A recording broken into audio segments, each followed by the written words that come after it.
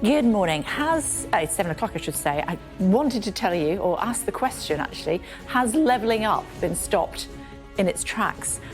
We'll speak to leaders in the north who say they've been betrayed, with the government expecting cancelling some of its plans for HS2. Plus, the PM admits mistakes over the Owen Paterson affair. MPs vote to shake up parliamentary standards, but not everybody is happy. We'll speak to the Justice Secretary and Boris Johnson's deputy, of course, Dominic Raab, in just a few moments' time. Also this morning, we're going to be speaking to the professional fighter, encouraging women to learn self-defence. And her name was New York, and she took his heart away. She's an award-winning artist, activist and mum. We'll chat to Paloma Faith about a movement asking mums to be more honest about childbirth and the journey that follows. It's Thursday, the 18th of November. End of the line. The government's set to scrap the eastern leg of HS2 and a new line linking Manchester and Leeds. I'm in Bradford, which is seen as having the worst rail connections of any major UK city. Local leaders say they'll lose out under government plans. I crashed the car into a ditch. The PM admits to his MPs he got it wrong on the Owen Paterson sleaze saga. But publicly, sorry still seems to be the hardest word. Returning home, the first flight for the Iraqi migrants stranded at the Belarus-Poland border is expected to leave later this morning. Playing Russian roulette, another Rust crew member sues Alec Baldwin and the film's producers, claiming they didn't follow safety protocols. I'll never forget what happened on the set of Rust that day. I relived the shooting and the sound of the explosion from the gun over and over again. Jail terms for up to 5 years for people who steal dogs because of the unique distress it causes. Where is Peng Shuai? Growing concern outside China about the whereabouts of a tennis player who says she was sexually assaulted by a senior government official.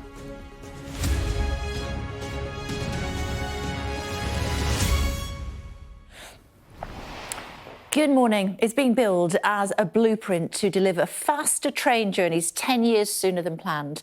The government says its £96 billion integrated rail plan is the largest ever investment in rail infrastructure, but it's being accused of betraying voters, for as it's set to confirm it's cancelling the eastern leg of HS2 and a new Leeds to Manchester line. Our business correspondent Paul Kelso reports. After COVID, commuters are coming back to the trains, but in Leeds and across the north of England, it's the same old service. The government is promising a record investment in the railways, but it won't be spent on the eastern leg of HS2 from Birmingham to Leeds, or, it seems, a new line from here to Manchester. Government should do everything they can to make it happen, not to stop. I think it is important that we have bigger links and faster trains, and I would use the railway more if we did so. It took me 1 hour and 50 minutes. From Lancaster? Yeah. It's not that far, is it? It's not. It's really, really not that far. I was shocked. Might need a rethink, given, what the government's trying to do with the whole levelling up policy. The government had promised HS2 would provide high-speed links from London to Birmingham, then west to Manchester and east to Leeds. But the eastern leg will now not go ahead, with high-speed track running only as far as the East Midlands. And it's expected that plans for a new line linking Leeds and Bradford to Manchester will also be scrapped. Local leaders and businesses say a new east-west line is crucial to better connect the region, starting with Bradford, the largest city in Britain not on a mainline railway. Here's part of the problem with Bradford. The train we just arrived on has got to reverse out to continue its journey. And even though it's only 8 miles from Leeds, it's still quicker to drive. The hope is that a new line, Northern Powerhouse Rail from Leeds to Manchester, would better connect the city to the rest of the north. The fear is the government is about to scrap it. The council leader says ageing infrastructure is holding back the regional economy. London to Reading they can do in 20 minutes. It's the same distance as between Bradford and Manchester, which takes about an hour. So we need that level of connectivity in the north. but it is about the transformational impact of connecting the great cities of the north, including Bradford, to each other, and the impacts that has on the city centres and the towns where they're located. The government says upgrading existing routes will deliver improved services sooner than brand new lines. Commuters will hope their promise to level up the north has not been delayed. Paul Kelso, Sky News in Leeds. Becky's in Bradford for us this morning, as well as you were hearing there from Paul, the only city in the UK not on a main railway line. We know that the Prime Minister's been writing in the Yorkshire Post overnight, hasn't he? It doesn't look as though it's going to go ahead on the, I always say, the right-hand side of the Y. Yeah. It doesn't, and many people here are really disappointed. Bradford is where there should have been a new station on this line from Liverpool to Leeds. It doesn't seem that that is going to happen today. As you mentioned, Bradford is not well connected as far as rail is concerned. It's not just going further afield, even going to Leeds, which is just 8 miles away. It is quicker to drive than get the train, and that is why many people do. Now, local leaders here had hoped that this new line would help boost the economy, not only by bringing business in, but also by retaining young people. Comparatively, Bradford has a very high number of people under 20 living here, and they'd hope that this would give them a reason to stay but be able to travel away. Now, it doesn't seem that this line is going to happen. We expect in this announcement today the government will talk about upgrading the existing Trans-Pennine route. Now, as you mentioned, Boris Johnson has written in the Yorkshire Post today, and he's talked about his plans for the North and the Midlands, and he said that these plans will cut journey times in half, they will double capacity, they will get done sooner, and also it will be a huge investment, 96 billion. So this is all part, he says, of his levelling up agenda. However, many here do not agree. There are many angry red wall Conservative MPs that not only see this as a broken promise, but they also think the North is missing out again and being underserved when it comes to rail links, not getting access to trains the same as London and the South East. OK, Becky, thank you very much indeed. Thanks a lot. Let's speak to former chair of the East Midlands HS2 programme board, and that's John Collins. Hello to you, Mr Collins. Thank you for joining us. What on earth is going on? Well, I think we've been aware that this is a conversation that's been had in government for some time. What I would say, though, is it's the same old story for the East Midlands. Electrification of Midland Main Line, proposed by a Labour government, off with the Conservative government, on again just before an election, off again just after the election. This is a commitment that was given by the Prime Minister that the eastern leg of HS2 was going to happen. Now it's not going to happen. And that's going to cause very significant, I think, economic harm to this part of the country. I wanted to ask you about that, whether it's, you know, what is the point of the Y, the right-hand Y of HS2? Is it faster trains to London, or is it to improve the economy of the region? Well, it should be about improving the economy from the Midlands north. The reality is that London overheats economically, whereas looking north, there's capacity for growth and investment. And that's what HS2 was supposed to be about. It was supposed to be about looking north and creating growth and opportunities, levelling up effectively. And once you remove that fast link, that link between Birmingham and Nottingham and Sheffield and Leeds, and in the same sense as well, a fast route even through the Y back up to Manchester, you're actually losing a lot of that economic benefit. So we're not going to get the growth and opportunity that we otherwise would have. The government will say in response that they're investing £96 billion in rail projects. And we'll see the details of that today. All I would say on that is, if you invest in the existing network, what you're not going to increase the capacity anywhere near as much as you are if you're going to build new routes. And of course, when you are improving the existing network, I think commuters know of all of the disruption and aggravation that comes with major works on existing railway lines. Build a new line, the existing line and the existing network gets to operate as it currently operates, and just as the construction work is happening. If you try and conflate the two, then that's going to cause incredible damage. When you talk about capacity, from what you're saying, are you talking about more people being able to use these lines as opposed to them being faster?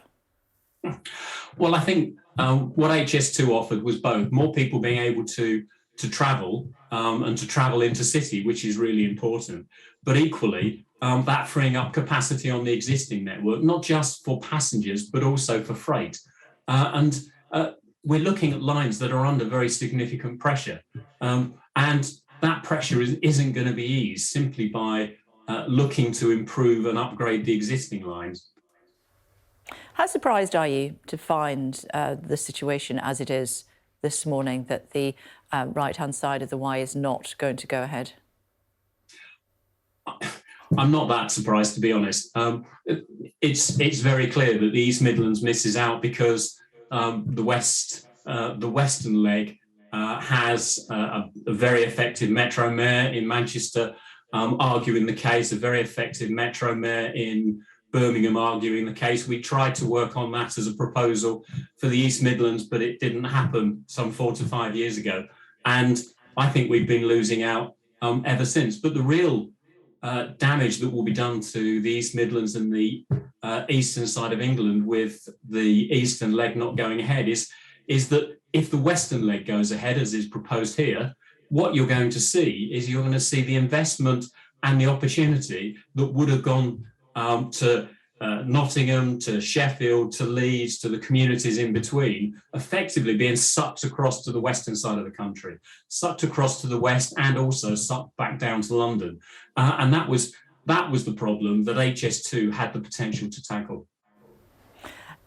What would you say? I mean, the Prime Minister is very well aware of how long it takes to travel around the country on trains, having done it when he went up to COP26 in Glasgow at the end of last week.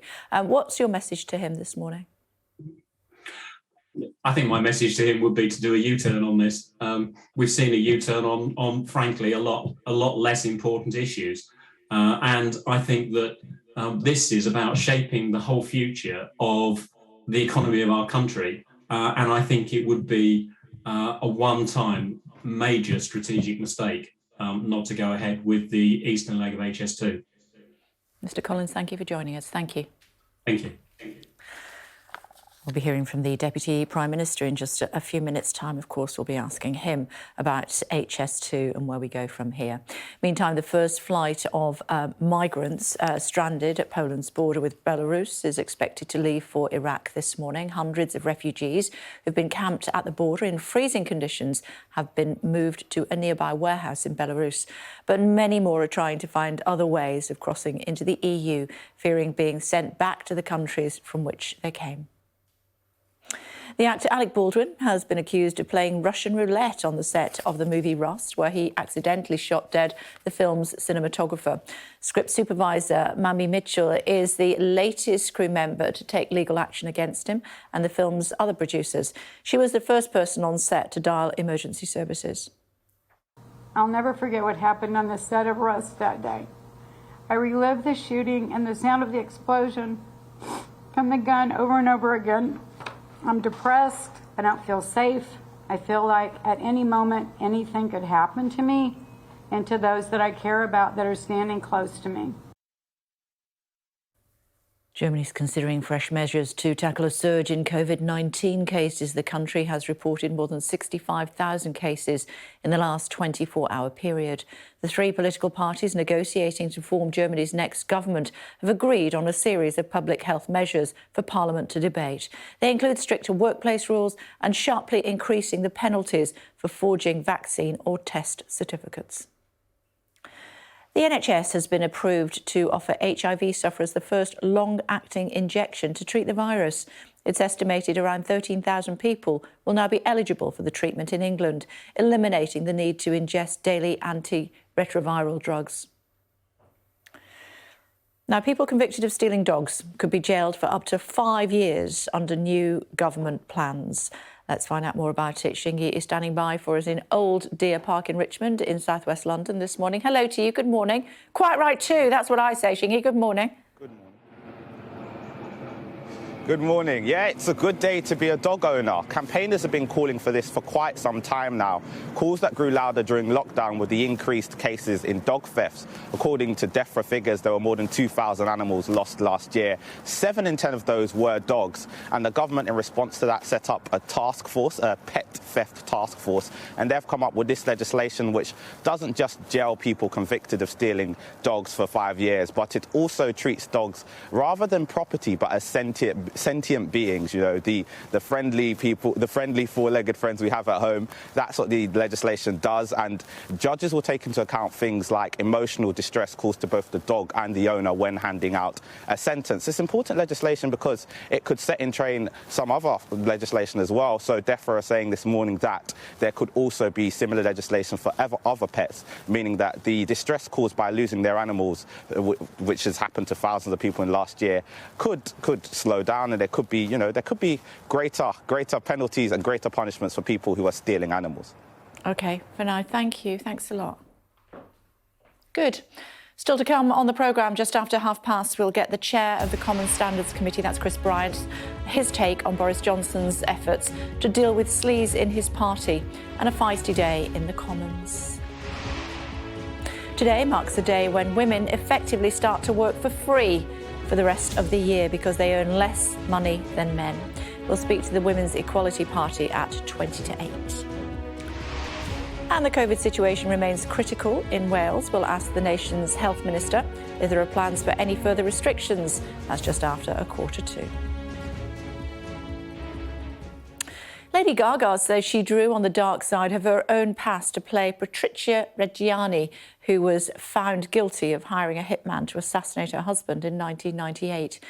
Gaga stars as Patrizia in House of Gucci, a film based on the true story of the family-run, Gucci fashion empire, directed by Ridley Scott. Our arts and entertainment correspondent Katie Spencer reports. I don't consider myself a particularly ethical person, but I am fair. Based on the true story of the family-run Gucci fashion empire, Lady Gaga's new role sees her play Patrizia Reggiani, who in 1998 was found guilty of hiring a hitman to carry out the cold-blooded assassination of her husband. To say that the Guccis were complicated would be a massive understatement. What was fascinating to me was that I didn't actually believe ever that Patrizia Gucci was a gold digger. Just because this woman was lower class than the Guccis and wanted better for herself, it doesn't make her a hustler in a negative way. There's this illusion of power that, like you said, in a patriarchal society and in this patriarchal system was actually just a total illusion, because as soon as they said, this is not a girl's game, Patrizia, her whole house of cards begins to fall. We can't justify what she did, though. It's reprehensible, it's horrible, and when this murder took place, I believe it happened because she was so traumatized, so hurt, that she made a terrible, awful mistake that she deeply regrets. Gaga's music outfits might speak to a vivid imagination, but the singer, who has spoken about being raped by a male music producer when she was 19, says she drew on the darker side of her life to make her character feel real. When I think about my real life experiences, there was a lot of things that I've been through in my life, traumatic experiences that I drew upon to play Patrizia. And it's not necessarily imaginative, I guess, in that way, meaning I'm calling upon myself. Now, it might be imaginative to you. You might see it and say, oh, that looks like it possesses imagination. But for me, it's not imaginative, it's real. And it's emotional because I'm an Italian-American woman and my family's from Italy, and my family worked so hard on the soil that we filmed this movie on so that I could have a better life. And here I am, talking to you about starring in a Ridley Scott film. This is a real honor, and I'm really grateful. Gaga's eccentricities might make her the focus of fascination in real life, but strip away the costumes and wigs, and to her latest role on screen, she brings a gripping intensity. Katie Spencer, Sky News. follow that, except with this. The Deputy Prime Minister is with us now. Good morning. Thank you for joining us on the programme this morning. Let's start with Slee, should we? Why not? On a clear road, I crashed a car into a ditch, is what the Prime Minister has said. How damaging is this whole business for you? I think what the public expects is to fix the problem. What the PM said is that, yes, there's been a mistake made. We regret that, but now we're fixing it. And last night, we voted in the House of Commons on a government resolution which does two things. One, it stops people acting as paid lobbyists or consultants in relation to political work. I think that's critically important for public confidence. Secondly, in terms of the broader question, we've asked the Committee on Standards to work up the detail, but around the principle that your overriding priority must be serving your constituents, and therefore there must be limits on external interests. The Committee on Standards will work that up by January, so it's not something that's being put into the long grass. So we're tackling and fixing the problem at hand. OK, 297-0 is how that went through that vote yesterday. Where was everybody else? The most important thing is it went through overwhelmingly, so we can now deal with the problem. But a lot of Tory backbenchers are showing their true feelings by not turning up to vote. Well, I think there's probably other people that thought that actually these were common sense proposals, very happy for them to go through. It was a late-ish vote. I think it was around 7 o'clock, a bit later than that. But look, I can't account for every member of Parliament on either side. I was there, I voted, I wanted to vote because I think it's important. You accept, though, that there is unrest amongst the party. I mean, the Prime Minister went to meet a series of MPs last night. As he walked into the room, it was apparently completely silent. You'll always hear one or other disgruntled individual anonymously in the media on whichever side of a debate. My sense is overwhelmingly MPs want us to fix the problem. We've done that. Move on and start talking about the things that voters really care about, like the transport, the infrastructure, the rail announcement we've made today. I'm very happy to answer the questions, but actually if you talk to MPs, let alone voters, they want us focused on their issues, the quality of life issues that matter to them. They want this resolved. We've resolved it. We're now talking about rail today. And I'll come on to that in just a second. I'm just saying, the feedback MPs give me is they want the government, the same as our constituents, on the job of fixing the problems that matter to them in their daily lives. So there's no unrest at all as far as the Prime Minister is concerned? All the backbenchers are completely happy with him? I'm not sure I'd put it quite in that idyllic way. How would you put it? I'd say, look, there's always debate amongst MPs, but the most important thing, and the overwhelming response I've seen, is we're fixing the problem. That's a positive step forward. We can get on with the business and the job of bouncing back from this recovery stronger, cleaner, and dealing with things like connectivity for northern cities, cost of living, and all those other issues that our voters care about. OK, let's talk about what's happening with HS2. Should we, the eastern leg of HS2, the Prime Minister's written in the Yorkshire Post basically saying that it's not going to go ahead. I mean, why not? Well, look, first of all, the details of the different legs will be announced later on today in the House of Commons. I think that's the right thing to do, given the commercial sensitivity. I can tell you, though, £96 billion going into infrastructure, rail infrastructure, to link the rest of the country with the Midlands and the North. And critically, the configuration of the projects will mean we can deliver those rail links much quicker, and they will focus not just on linking the South London with the Midlands and the North, but also the interconnectivity between those regions. When you talk to small and medium-sized businesses in those regions, that is critical for them because a lot of their market thrives and the opportunities are about that regional interconnectivity, and that's what £96 billion of investment is going to deliver. 56 billion, which is already promised as part of HS2. We were speaking to the chap earlier who was responsible for the eastern leg previously. He says that the government should think again. It's absolutely the wrong thing to do. Well, as I've explained the rationale for what we're doing, it's about speed of delivery, it's about the interconnectivity, not just between the South London, the Midlands and the North, but between the towns and the cities of the North. I'm not going to, as I said, for commercial sensitivity reasons, comment on individual legs. We will of the HS2 route. We will hear the full detail later in the House of Commons. OK, if it's all about connectivity in the region, why not do the same on the western leg of the HS2 line? Well, I think we're looking at the where you get best value for taxpayers' money, where the infrastructure will deliver the best yield economically in terms of growth, and for the businesses that are already there who've got the scope for expansion and for growing. Particularly you think about small or medium-sized businesses that can scale up, what really will matter to them, what will really add value to them. And I know that the Transport Secretary and the Chancellor have been very focused on delivering the best bang for the buck for those businesses and for the regional economy in the North north, in the Midlands. That's where it's focused. Is it not, Deputy Prime Minister, the fact that the metro mayors on the west of the country are more vocal, and as a result you thought, OK, let's just keep that one and forget about that one?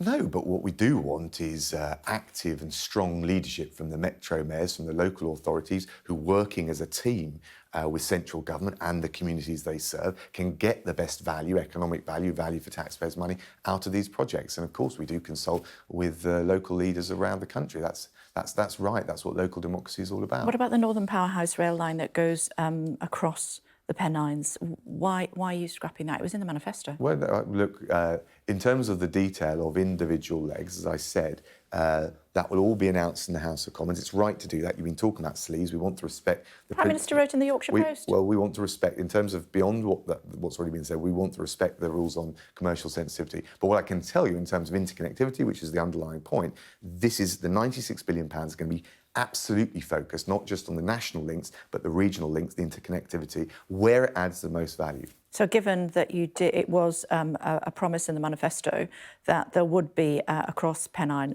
link, that will continue? You'll need to wait, as I said earlier, for the full details of the projects and the links and the regional links and the limbs of HS2 and the other projects a little longer. But it will be out today in the House of Commons, so you're not going to have to wait long. Yeah, what about the people in Bradford? It's the 7th biggest city in the country. It's the only city, the big city, that isn't on a main rail line. And we were speaking to somebody from Bradford earlier. They say it's quicker. It was quicker by steam train than it is now. Well, again, we're very focused on Bradford. They are a very important part of the country, but the specific projects, the specific limbs, I've got to allow the Prime Minister and the Transport Secretary to set out the detail of that in the way I described. Yeah, the concern is that levelling up is just a catchy phrase, and actually, when it comes to it, that this Conservative Party, this government, is not levelling up by any measure. £96 billion, Kay. 50-odd billion that's already been promised. Well, sure, but we're delivering the projects. We're setting out with as expedited a time frame as we can. I don't think anyone could reasonably say that £96 billion isn't a... What about people in Bradford who aren't on a main rail line? I don't think there has ever been a rail investment project on the scale of what this government is doing. I think anyone that is... I mean, people can quibble about individual lines, of course, and that's the scrutiny, and there's always more demand than there is supply with these things, but £96 billion, it's a step change. It will deliver the levelling up. And by the way, that's good for the whole country. It'll be good for the Midlands, it'll be good for the North, more jobs, more tax revenue coming out of those poles of economic activity. It'll be good for the rest of the country to have a more balanced economy. It's good for constituencies like mine because it'll mean less pressure on housing, more tax revenue generated more broadly. I think it's good for the whole country. Let's talk about migrants, should we? I'm reading in the Times this morning that apparently you're going to gather them up, put them on planes and send them to Albania. What a great idea. Obviously not. Well, look, we've seen 19,000 crossings stopped this year alone, 65 convictions secured, the predatory criminal gangs that thrive on this miserable trade. The Home Secretary has been engaged with her opposite number in France.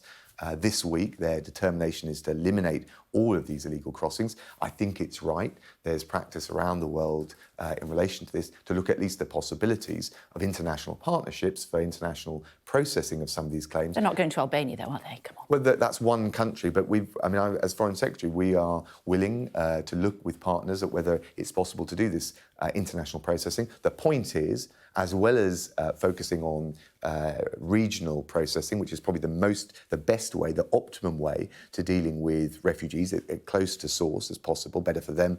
But also, we want to look with international partners at how we reduce the pull factor. So that is the incentives for the criminal gangs to try and bring people from these war-torn zones or these poorer parts of the world to the UK. We must reduce the pull factor. We'll look at all of the legitimate means of doing that, and we'll do so with our partners and allies. I think I'm right in saying that only 5 people have been sent back home, having come to the UK illegally this year. The Home Secretary, who you quoted there on a plane, said the system is broken.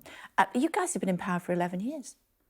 Well, look, and we've taken steps, but the demand and the pressures have increased. The two things that we're doing, Priti Patel is looking at the asylum system. She's got a plan to fix it. We've got a borders bill that is going to be going through Parliament. I'm also looking at the related underlying issues around human rights. We're going to be putting forward proposals for consultation in relation to that. And we know we've got a big problem, particularly with foreign national offenders, and that is separate. And I don't want to conflate the issue of asylum with that, but we know we have a problem with returning people to countries because of the expansion of human rights. So we will deal with both of those issues, the immigration and border system, but also the underlying human rights framework. But it was incorrect, wasn't it, to suggest that all asylum seekers, or the inference was that asylum seekers are potential terrorists. That's what basically the Home Secretary was saying yesterday. I don't think that's what she was saying. I certainly wouldn't say it. My father was a refugee to this country.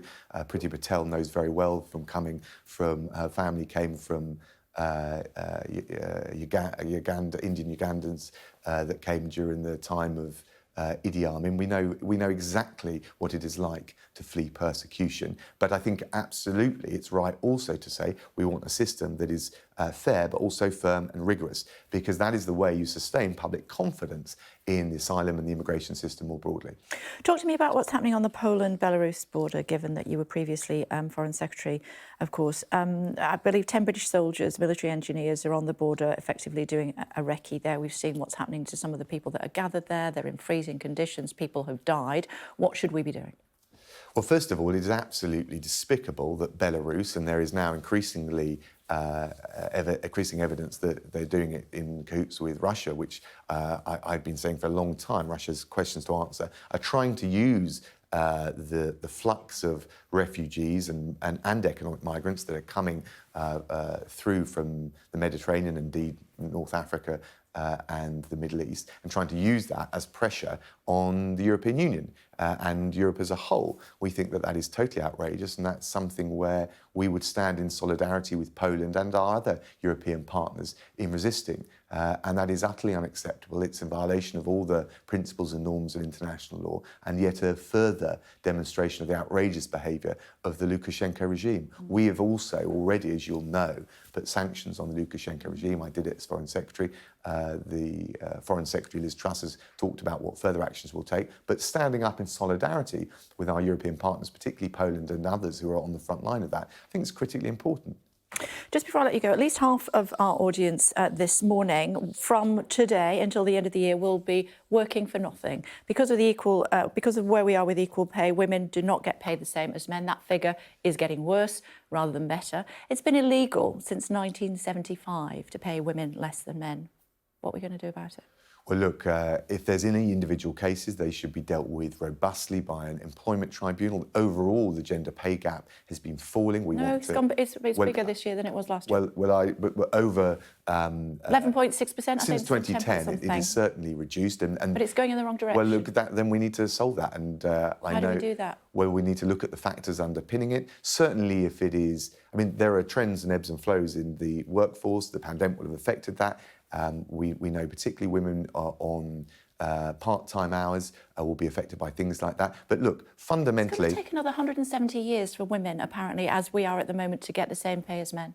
Well, we've done a whole range of things in relation to more flexible hours, in relation to the toughening up the rules around... Why is it not working then? Well, I think we have made substantial progress, but if there's data which shows we need to do more, that's exactly what we'll look at. Good to talk to you. Thank you very much indeed. Good to talk to you. Thank you. A very quick look at the weather for you now. It's cold.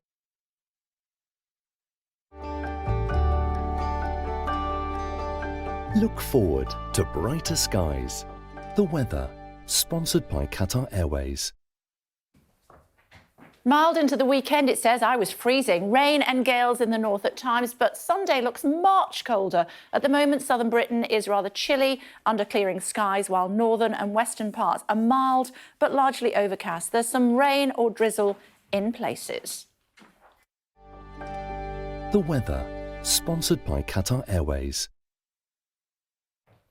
Well, within the last moment or two, the Deputy Prime Minister Dominic Raab has told us all members of Parliament are committed to overhauling rules for MP standards. I asked Mr Raab why the turnout was so low during yesterday's vote on standards. We've asked the Committee on Standards to work up the detail, but around the principle that your overriding priority must be serving your constituents, and therefore there must be limits on external interests. The Committee on Standards will work that up by January, so it's not something that's being put into the long grass. So we're tackling and fixing the problem at hand. But I think there's probably other people that thought that actually these were common sense proposals, very happy for them to go through. It was a late-ish vote, I think it was around 7 o'clock, a bit later than that. Now joined by the Chair of the Common Standards Committee, Chris Bryant. Mr Bryant, thank you for joining us on the programme this morning. They are aware of the problem and are going to great lengths to fix it, is what we've just heard from the Deputy Prime Minister. Well, I suppose you would say that, wouldn't he? Look, the Code of Conduct needs to be reviewed in every Parliament. We need to make sure that the rules that we have are actually enforceable. And of course, what we've seen over the last 3 weeks is the government sort of deliberately trying to make it impossible for a set of rules to be enforced, overpaid lobbying in the case of Owen Paterson.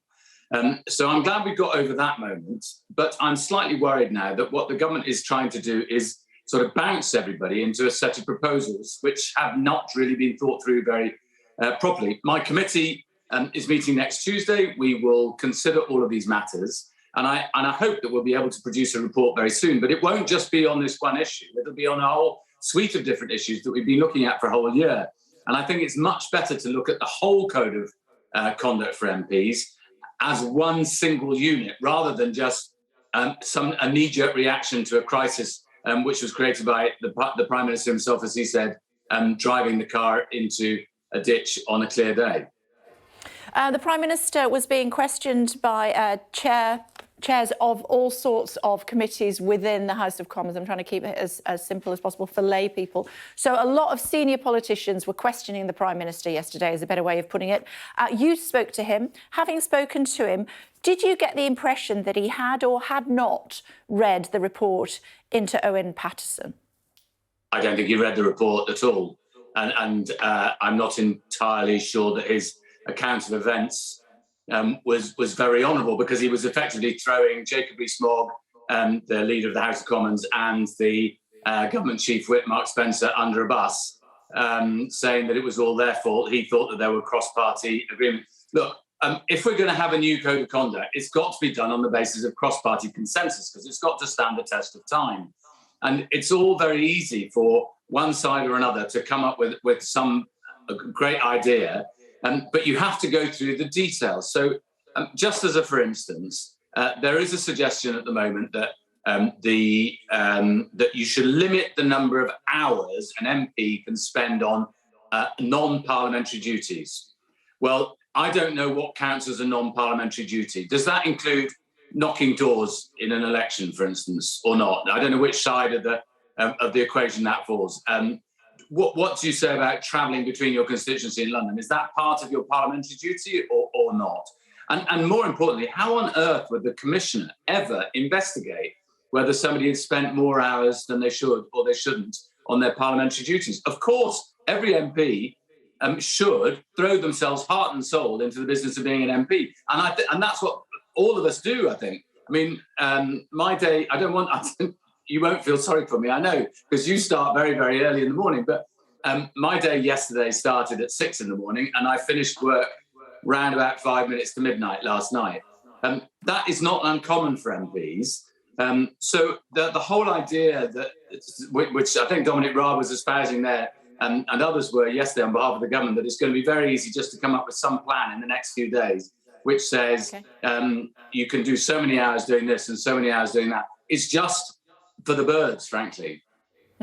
Started at 6 o'clock in the morning. You've already missed an hour of the early rundown by then. I'm going to tell Neil Patterson of you. Now, let's talk about Owen Paterson, should we, in a bit more detail. He broke the rules. It has been accepted by organising a meeting between the Health Minister and Randox. Doesn't seem to be any minutes available for that meeting at the moment. We're told that there were meeting minutes, but they've now been lost, and now we're being told that potentially there weren't any minutes at all. What are you going to do about that? Well, it's quite difficult to do anything about an MP who is no longer an MP. And interestingly, this particular part of the Owen Paterson story was not part of the investigation that we did. There were 14 other meetings with other sets of ministers. And incidentally, there was quite a lack of understanding by government ministers as to how the rules work on lobbying when an MP approaches them who's approaching them on behalf of a paying client. So we may need to look at that. It seems to me, on the face of it, extraordinary that there would not be minutes, written notes of a formal meeting between a government minister about a contract with a member of parliament and the company concerned, when the MP and the company concerned had a paying relationship. That just seems extraordinary to me. It seems that's a matter surely for the ministerial code. How can you be a minister and not keep minutes of such meetings? Do ministers not understand the rules of the House of Commons, let alone the probity rules in government? Very good point. Let me ask you this before I let you go. From today, women will be working for nothing to the end of the year because equal pay is not as it should be. It was in law from 1975 as a result of what happened in Dagenham. How can we still be in this position? It's preposterous. It's outrageous. It makes me angry every week. And a lot of the changes that the government has brought into taxation over the last few years and to benefits changes have hit women worse than men. One of the things I would dearly love to introduce is free childcare, free universal childcare for all, regardless of wealth, because I think that would be the single thing that would release more women to be able to work. It would also, incidentally, I think, improve the quality of childcare in the country, and on top of that, it will provide a good career path for a lot of people. Okay, good to talk to you. Thanks for joining us. Tamara's here. Thoughts, Tamara? Good morning. Morning, Kay. Well, I think the clear message we got from Chris Bryant there is that this sleaze row is far from over, because what MPs voted for last night is to try and set up a new standards system that they will talk about cross-party. Chris Bryant's standards committee that he chairs will draw up proposals by the end of January, and that will help to find a solution.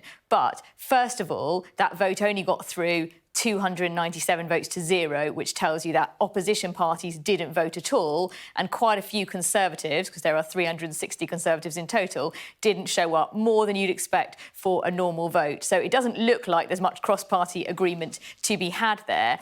And also, Boris Johnson has said we must have reasonable limits on the amount of time MPs spend on outside activities. I think this is triggered by the case of Geoffrey Cox, the barrister who has been in the Virgin Islands working on a big case there, and not Downing Street, tell us, with his constituents. But how would, Chris Bryant points out, his committee police that? How would you know if an MP was working on a train or getting up at 5 in the morning?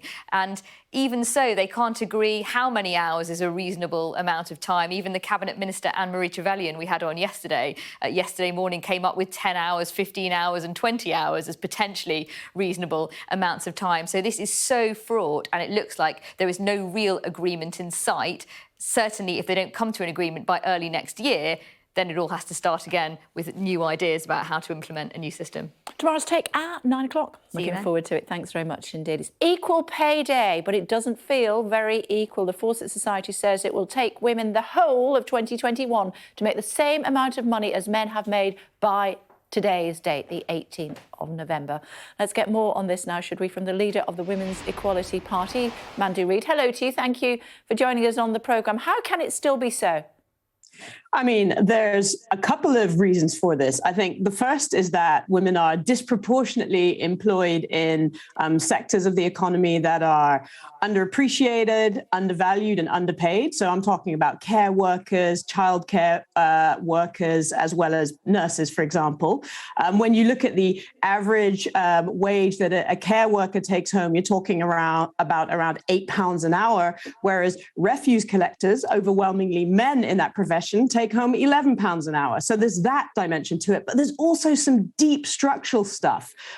We do not have a situation in this country where the contribution women make to the economy, the caring contribution, paid or unpaid, is properly appreciated. And the good news is We can fix this. Chris Bryant alluded to one massive thing, and I'm so glad he said that, because we've been talking about this at the Women's Equality Party for the last 6 years. Free universal childcare would transform our economy. So would proper shared parental leave, so men and women actually have a more even distribution of care work in the home. But we also need to just toughen up the rules and expectations on employers. They publish data, which is fine, but we need to actually make sure that they implement plans to close their gender pay gaps. And the last thing I want to say on this is that, women on average stop working from today until the end of the year. But if you're a Black woman or a disabled woman or a woman from other minority groups, that period comes way earlier in the year. So there's a lot of work to do, but it's totally doable. And I believe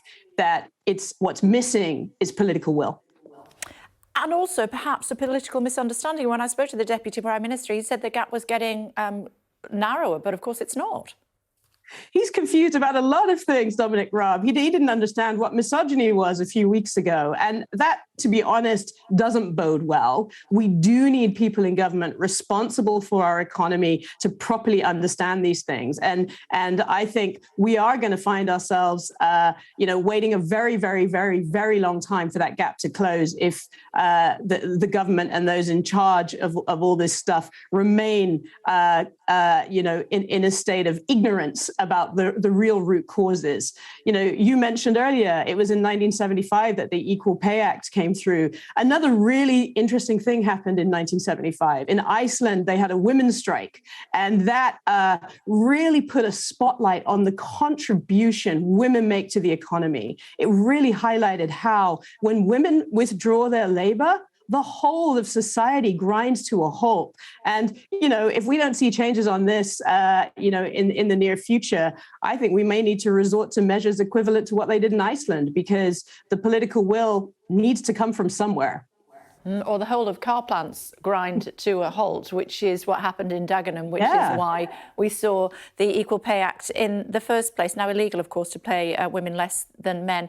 What happened with the pandemic and furlough? What impact did that have on women's pay? I think that is a contributory factor to why we're in a situation where all of the data is going in the wrong direction. Women were disproportionately likely to lose their jobs or leave their jobs so that they could take on the responsibilities of providing care in the home. In London, we know that 60% of job losses in London fell on women's shoulders. And so we need, politicians like the Mayor of London to acknowledge that. And we can't have a gender neutral approach to how we kickstart our economy. We can't have a gender neutral approach to leveling up. I think if we truly want to level up across the country, we need to look at how women have been impacted and affected. And that would, if we address things from that perspective, we would boost prosperity in this country by a significant margin, which would benefit everyone. This isn't just about benefiting women. This is about benefiting society as a whole and kickstarting our economy, breathing life back into it. And we can do that. But as I say, it's about political will. So I'm urging the government to relook at this stuff and make sure that as we go forward, the causes of the gender pay gap are acknowledged and proper macro level policies put in place to address it. Good to talk to you. Thanks for joining us. Thank you.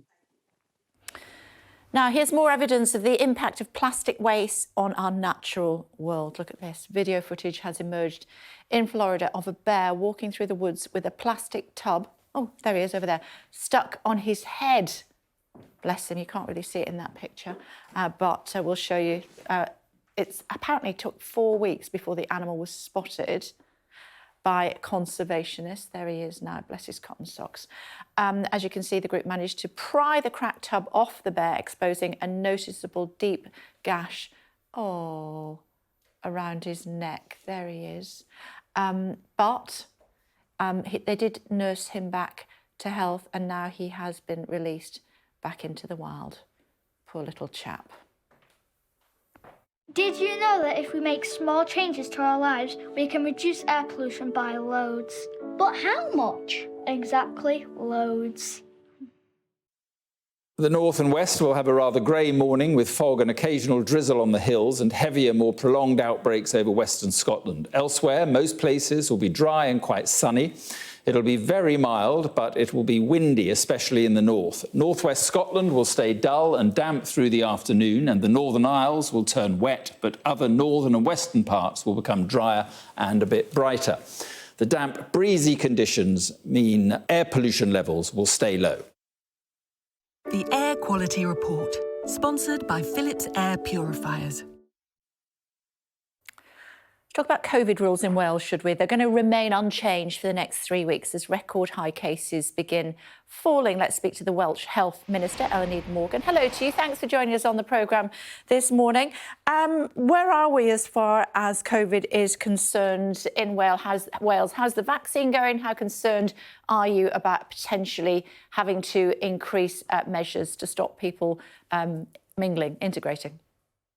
So the good news is that they've come down from some really high peaks of over 700. We're down to less than 500 now. So that's the good news. And we're really grateful to the Welsh public for coming with us on this journey and really taking seriously the protection measures that we've put in place.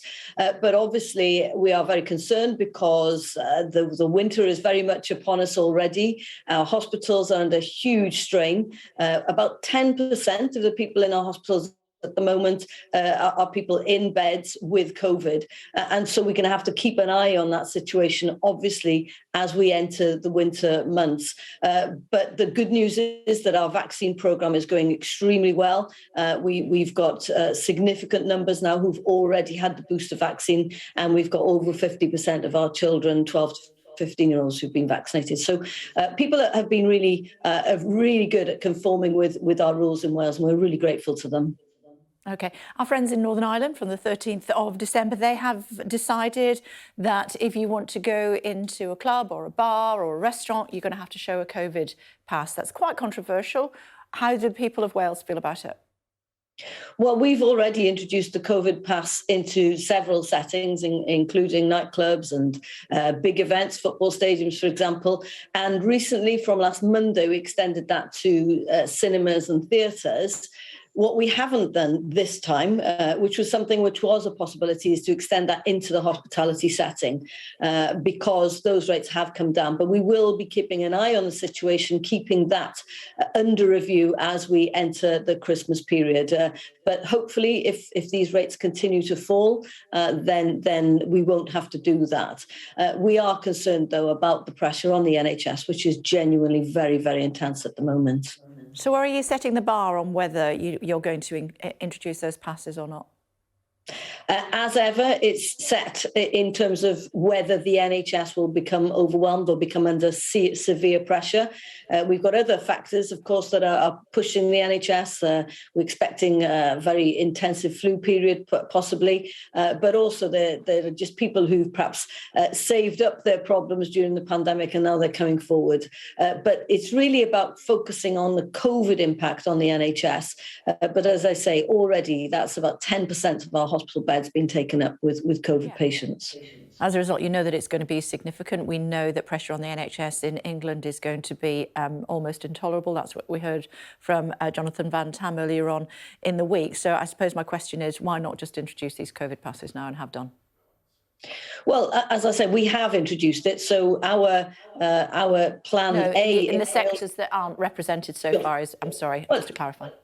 It is possible that will happen. Our plan A in Wales is England's plan B. So we're still asking people to work from home. We're still insisting on people wearing face coverings in public places like supermarkets. So we're already have very strict measures, and every business has to do make a plan demonstrating how they are tackling the issues surrounding COVID. So our measures are much tighter already than they are in England. None of us want a Christmas like we did last year, and so we'll keep an eye on that situation. But I think it was absolutely right for us to say to the Welsh public, look, if these rates don't come down, but they did come down, I think it's really important we respect that. Quick thought on Equal Pay Day, if you would please, from today. Women working, generalisation, women working for nothing, men continue to get paid to the end of the year, despite it being illegal since 1975, and the gap is widening.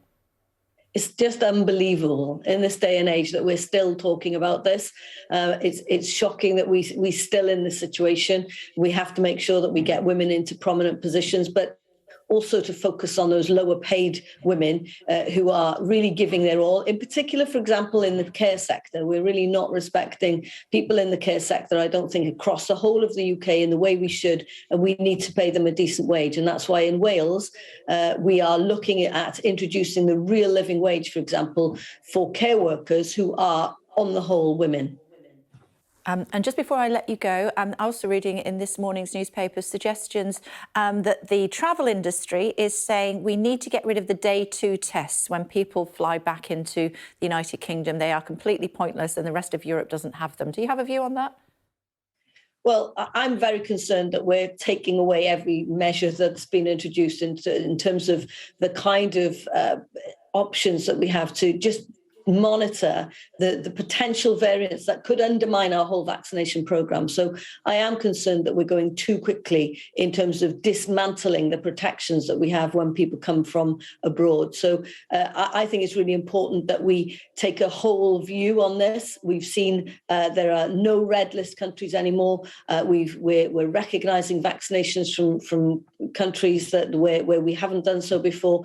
So there's lots of measures being taken away. And one of the things is that the PCR test is the only test where you can actually monitor what are these new variants that may be coming into our country. So I just think we have to be very cautious before we dismantle those kind of things. Understood. It's good to talk to you. Thank you very much indeed for your expertise this morning. Thank you.